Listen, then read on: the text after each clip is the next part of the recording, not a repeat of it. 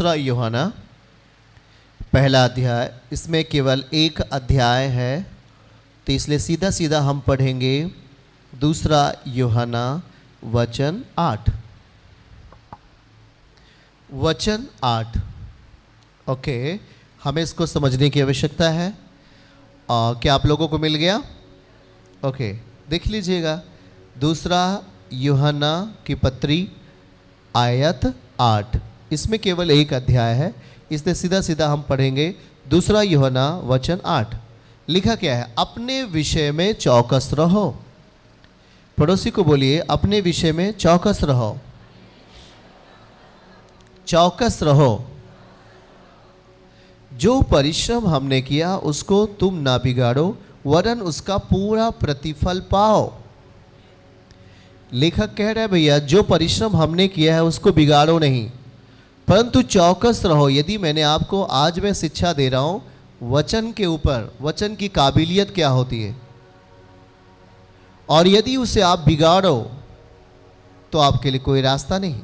वहां देखिए 9वीं आयत, जो कोई मसीह की शिक्षा से आगे बढ़ जाता है, जो कोई मसीह की शिक्षा से आगे बढ़ जाता है और उसमें बना नहीं रहता। क्या आप आगे बढ़ रहे हैं? जो कोई बढ़ जाता है मसीह की शिक्षा से और उसमें बना नहीं रहता, उसके पास परमेश्वर नहीं। जो कोई उसकी शिक्षा में स्थिर रहता है, उसके पास पिता भी है और उसके पास पुत्र भी है। यह बहुत इंपॉर्टेंट बात है प्रियजन। सुन रहे भाई बहन आप लोग, हम आपको क्या सिखा रहे हैं? यदि आपके पास परमेश्वर का ज्ञान है तो वहां लिखा है कि जो कोई मसीह की शिक्षा से आगे बढ़ गया और उसमें बना नहीं रहता, उसमें बना नहीं रहता। आपको जब पता हो गया है कि गाली के बदले गाली नहीं देना चाहिए, आपको जब ये मालूम हो गया है कि हमें पवित्रताई का जीवन जीना चाहिए, आपको जब ये पता हो गया है कि हमें किसी अंधकार की बातों को अपने जीवन का हिस्सा नहीं बनाना चाहिए, जब आपको ये पता हो गया है कि हमें अपने मन को कठोर नहीं करना चाहिए जब हम उसके वचन को सुने, हम अपनी स्थिरता को क्यों खो रहे हैं? यहां देखो, हमारे साथ पढ़िए। जो कोई, चाहे वो भाई हो चाहे वो बहन हो, जो कोई मसीह की शिक्षा से आगे बढ़ जाता है, मसीह की शिक्षा से, सब लोग बोलो मसीह की शिक्षा, मसीह के ज्ञान में, उसके वचन में आगे बढ़ गया। तो लिखा क्या? यदि आप आगे बढ़ गए और उसमें बना नहीं रहता, जरूरी नहीं कि आप में शिक्षाएं बहुत आ गई हैं और आप उसका पूरा पालन कर रहे हो। कुछ लोग ऐसे भी होते हैं कि बहुत सारी चीज़ें पता होती हैं पर जानबूझकर उसे अपनी ज़िंदगी में टालते हैं। यहाँ लिखा क्या है? जो कोई मसीह की शिक्षा से आगे बढ़ जाता है और उसमें बना नहीं रहता, उसके पास परमेश्वर नहीं। जो कोई उसकी शिक्षा में स्थिर रहता है, उसके पास पिता भी होता है और पुत्र भी। क्या ये हमारे लिए जरूरी नहीं है जो मैं सीख रहा हूं? हाँ, अभी इस भाई ये जो अभी आपको गवाही दिया, जिसने परमेश्वर ने उसकी जिंदगी में आशीषों के तहत गाड़ियां दी और तमाम चीजें उसकी जिंदगी में दिया, ये परमेश्वर के साथ बने हुए हैं। इन्होंने यीशु के वचन को अपनी जिंदगी में ग्रहण किया और ये उसमें बन गए। आमीन।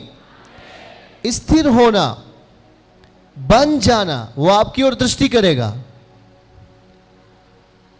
अगर आपके पास उसका वचन आ गया, उसे पकड़ो। उसका नियम आ गया, उसे पकड़ लो। विश्वास के स्थान पर उसे अपने पास रखो, वो आपके लिए रास्ता खोलेगा, वो आपके शर्मिंदगी को मिटाएगा। सीधी लिखा क्या है कि अगर आप परमेश्वर की शिक्षा में आगे बढ़ गए, मसीह के शिक्षाओं से आप आगे बढ़ गए, पर उसमें आप बने नहीं हो। आपको पता है चोरी नहीं करना चाहिए, फिर भी आप चोरी कर रहे हैं। आपको पता है कि व्यभिचार नहीं करना चाहिए, फिर भी आप व्यभिचार कर रहे हैं। इसका मतलब यह है कि आपको मालूम तो है पर आप उसके आधार पर अपने आप को रखते नहीं हो, इसलिए जो चीज़ें आप में आना चाहिए सही रूप में वो नहीं आएंगी। जो चीज़ें आपके परिवार में काम करना चाहिए वो अब काम नहीं करेंगी, क्योंकि आपको पता है फिर भी आपने उसे नहीं किया। आपको मालूम है फिर भी आपने उसे पूरा नहीं किया। फिर से देखिए 9 आयत, जो कोई आगे बढ़ जाता है, लिखा है कि जो कोई मसीह की शिक्षा से आगे और उसमें बना नहीं रहता उसके पास परमेश्वर नहीं। क्या आप परमेश्वर की शिक्षाओं में आगे बढ़ रहे हैं? पड़ोसी को बोलो, क्या आप तैयार हो रहे हैं उसके लिए? मसीह की शिक्षाओं में तैयार हो रहे हैं? लिखा क्या है? जो कोई मसीह की शिक्षा से आगे बढ़ जाता है, मसीह के वचन में आगे बढ़ जाता है और उस वचन में बना नहीं रहता, उसके पास परमेश्वर नहीं है, उसके पास यीशु नहीं है।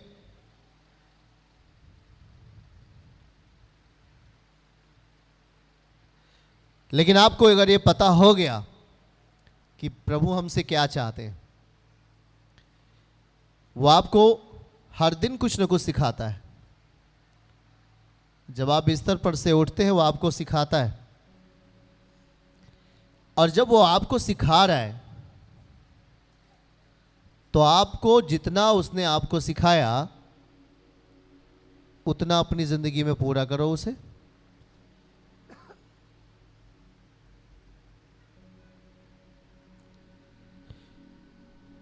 एक बात बताऊं आपको, लिखा क्या है यहां पर?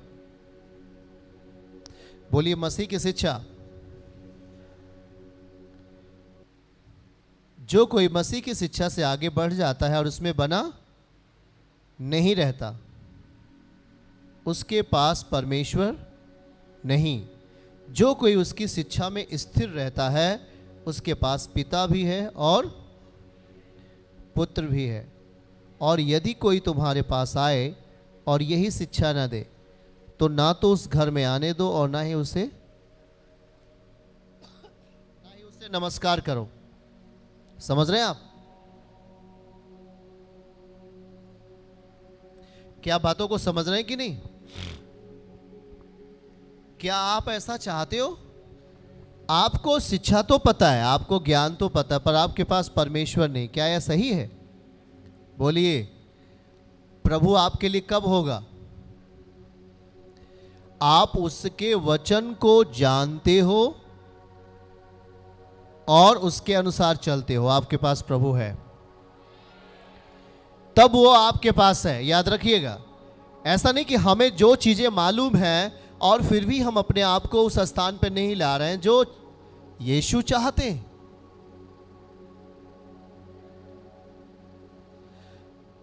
हम अपने आप को शक्तिहीन बना लेते हैं। हम अपने आप को क्या बना लेते हैं? शक्तिहीन बना लेते हैं। शक्ति खत्म हो जाती है। बल्कि जो चीजें हम सीख रहे हैं, जो मसीह हमें दे रहा है, उसे अपने अधिकारी से अपने हृदय में बसने दो और जो हमको दे दिया गया उसमें बन जाओ। आमीन। उसमें क्या हो जाओ? उसे पकड़ लो। उसके लिए अपने आप को तैयार करो। यदि आप गाली देने वाले हैं तो अब अपने आप को तैयार करो कि मैं गाली नहीं दूंगा। सहायता क्या करेगा? पड़ोसी को बोलो, वचन सहायता करेगा। परमेश्वर का वचन हमारी क्या करेगा? कि हम अपनी जुबान से गाली नहीं दें। इसलिए हमें उसको अपनी आत्मा में उतारना होता है।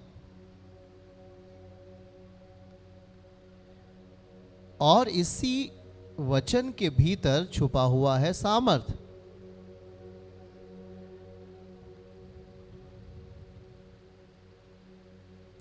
बोलिए, वचन के भीतर छुपा हुआ है सामर्थ। वचन के अंदर, कहां पर? वचन के अंदर। और जब आप उसे अपने हृदय में जगह देते हो तो ये वचन आपकी शक्ति बन जाता है। और जब आप इस वचन को कहते हो, हां मैं इसे अपनी जिंदगी में पूरा करूंगा, और जब आप उसे अपने जीवन में पूरा करते हैं, ये बन जाता है आपकी सामर्थ। देखो, आपके सामने कुछ बहनें हैं, मैं आपको दिखा रहा हूं। अभी हमने पढ़ाया कि जब यीशु वचन प्रचार कर रहे थे आराधनालय में, तो क्या हुआ? एक दुष्ट आत्मा बीच में खड़े होकर बोलने लगा। क्या बोल रहा था? वह ऊंचे शब्द से चिल्ला उठा, हे यीशु नासरी, हमें तुझसे, अरे क्या काम? क्या तू हमें नाश करने आया है? मैं तुझे जानता हूं कि अब कौन है, कौन है तू? परमेश्वर का पवित्र जन है। अच्छा ये बताइए, क्या परमेश्वर ने उससे कोई इंट्रोडक्शन पूछा था अपने विषय में? वो सारी चीजें यीशु मसीह को वो जानता है, क्योंकि शैतान एक आत्मा है। क्या है? वो एक आत्मा है, और वो आत्मा के विषय में जानेगा।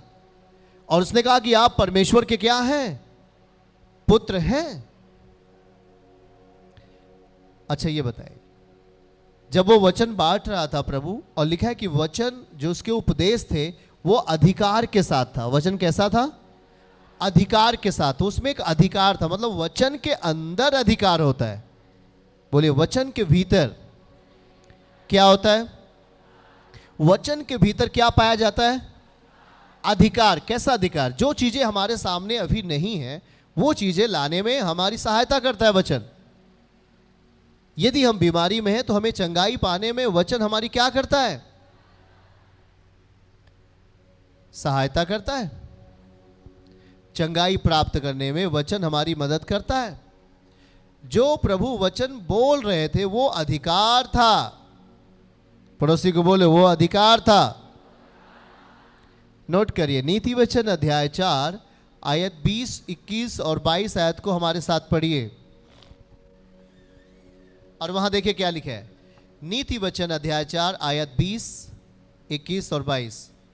हे मेरे पुत्र, मेरे वचन ध्यान धर के सुन, और अपना कान मेरी बातों पर लगा रहे हैं आप लोग कान? यदि अपना कान लगा रहे हैं तो आज से अधिकार आपके अंदर होगा। 22वीं आयत पढ़िएगा, 21वीं आयत। इनको अपनी आंखों की ओट ना होने दे। वचन का अधिकार, वचन के अंदर अधिकार है। और कह रहा है, इनको अपनी आंखों के ओट ना होने दे, वरन अपने मन में धारण कर। आप इतना कर रहे हैं? ये लाइन आपके लिए है। हाथ उठा के बोलो, हम अपनी आंखों के ओट नहीं होने देंगे। हम वचन को छुपने नहीं देंगे, और इसे अपने मन में क्या करेंगे? हाथ उठा के तेजी में धारण करेंगे। क्या धारण करना है? वचन को अपने मन में क्या करना है? धारण करना है। इतना आप करेंगे कि नहीं करेंगे? तब आपके लिए सबसे बड़ा रिजल्ट है। 22वीं आयत दिखाइए। तब क्या होता है? क्योंकि जिनको वे प्राप्त होती हैं, जिनको वचन प्राप्त हो जाता है, जिनके अंदर परमेश्वर का वचन पूरा होता है, लिखा है वो उनके जीवित रहने का और उनके शरीर के चंगा रहने का कारण होती हैं। सुन रहे हैं? दो चीजें। पहली चीज, वचन उनके जीवित रहने का क्या बन जाएगा? कारण। दूसरा, वचन उन्हें चंगा करेगा, उनके शरीर के चंगा, सारे शरीर को चंगे रहने का कारण। क्या बातों को समझ रहे हैं? हाथ उठा के कहिए हालेलुया।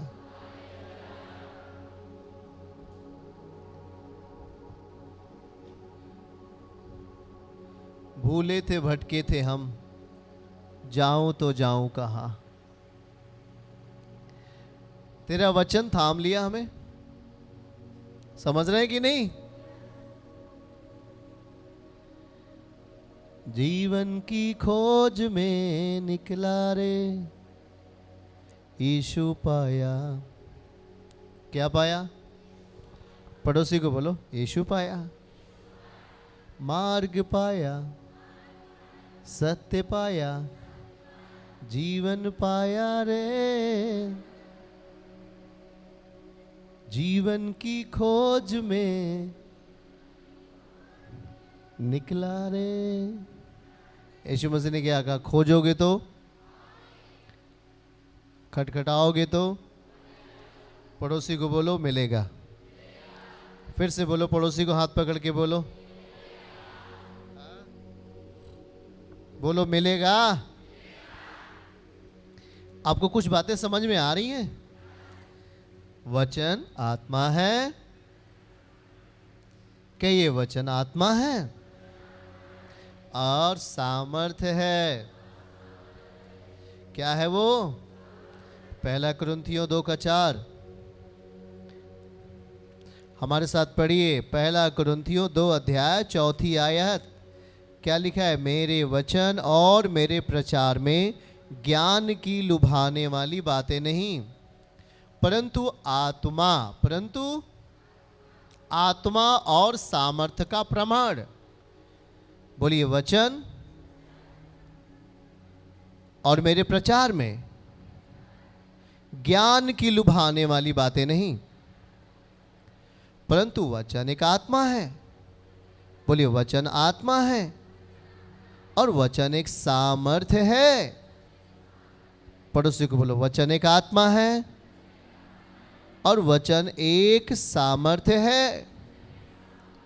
क्या है? लिखा क्या यहां पर? वचन आत्मा और वचन सामर्थ्य। मतलब वचन प्रूफ करेगा, वचन अपने आप को साबित करेगा। आमीन। देखो, जब आप उसके साथ बैठे हो, जब उसके समीप आप बैठे हो, तो वो आपके लिए कुछ करना चाहता है। हालेलुया। समझ रहे कि नहीं? वो एक सामर्थ्य है। लिखा क्या है? परंतु आत्मा और सामर्थ्य। जब उसे हम अपनी जिंदगी में सही जगह देते हैं, वो हमारे लिए एक सामर्थ्य बन जाता है। हाथ उठा के बोलो, सही जगह जब देते हैं, वो हमारे लिए सामर्थ्य बन जाता है।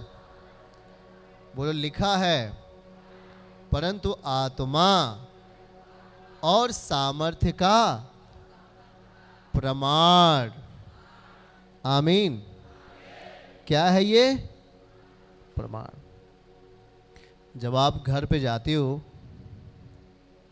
आपकी ज़िंदगी में ऐसे बहुत सारी चीज़ें आती हैं जहाँ पर आप परमेश्वर के वचन का इस्तेमाल कर सकते हैं। सही है कि नहीं? क्यों? क्योंकि जो आपको दिया जाता है वो आपका और आपके जीवन के लिए एक शक्ति है। आमीन। इसलिए जब हम उसके निकट आते हैं, उसकी अगुवाई में आते हैं, तो हम उस जीवन के वचन को अपनी जिंदगी का हिस्सा बनने देते हैं। आमीन। इसलिए क्या उस सामर्थ्य को जो वचन है, क्या उस आत्मा को जो वचन है, अपनी जिंदगी में जगह दोगे? बताओ जरा। यदि आप उसे अपनी जिंदगी में जगह देते हैं, वो आपके लिए बरकत लाएगा। आमीन बोलो। चर्च की सभी प्रार्थनाओं को और परमेश्वर के दास के द्वारा टीचिंग सुनने के लिए और अपडेट्स को जानने के लिए हमारे इस चैनल को सब्सक्राइब करें और साथ में बेल आइकन को दबाएं, ताकि जब भी लाइव प्रार्थना हो तो सबसे पहले आप देख सकें।